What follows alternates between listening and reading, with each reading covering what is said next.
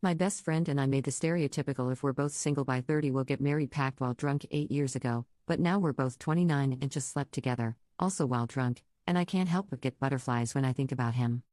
I, 29F, have known this friend, 29M, since pre-K. We were raised in a small town and pretty much grew up together. I had the biggest crush on him all throughout elementary but then stopped come middle school.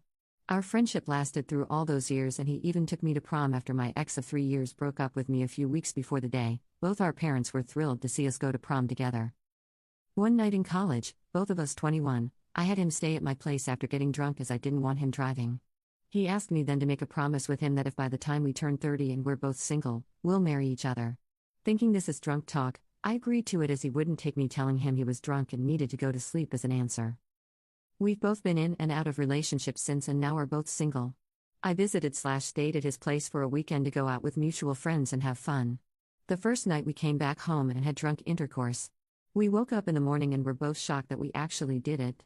We talked about it, laughed it off and went about our day as normal. No awkwardness at all. The next night when we both got into bed he had asked, "So we shouldn't smash, right?" I laughed as I was still in shock from the night before but also started to overthink if saying yes was the right answer or to say no. Then he said, "Because I don't think we should." We didn't but ended up cuddling throughout the night and even the next morning on the couch while watching TV.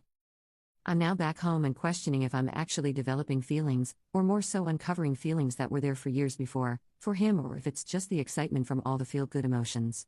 Why would he ask so we shouldn't smash right if he wasn't thinking of wanting to?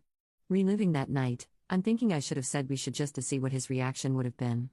Had he agreed, I would have been okay with it. Is this the beginning of some overdue relationship that our families have been manifesting for years or am I just getting caught up in my emotions? Update, y'all. Let me first thank everyone who was in the comments. Y'all really helped push me outside of my comfort zone and I do not regret it one bit. So once I had the courage, I texted him asking if when he said "so we shouldn't smash right," did he want to? His response, "Duh, but you shut that down real quick," so I was like, I'ma respect your wishes." I died laughing. We talked about this for a while and I told him I wish I had taken more initiative and been more vulnerable while I was there as I regretted not doing either. We then spent the next 4 hours sending audio messages to each other talking about that night and just the time we spent together. My voice was so shaky in these messages as being vulnerable is something I'm not good with, but with him, I don't have a fear of being open and honest. Definitely a feeling I haven't felt in a while. We've spent the last week just having random conversations and learning a little more about each other. He was telling me about his job and shared his goals and dreams. The passion and enthusiasm he had while talking about this was so energizing. I couldn't help but have the biggest smile on my face while reading his messages. At this point, I just wanted to know more about him. Which is so crazy to think it's like I've known him all my life, but I don't really know him or how he got to where he is today. It's been so interesting and I'm loving every part of it.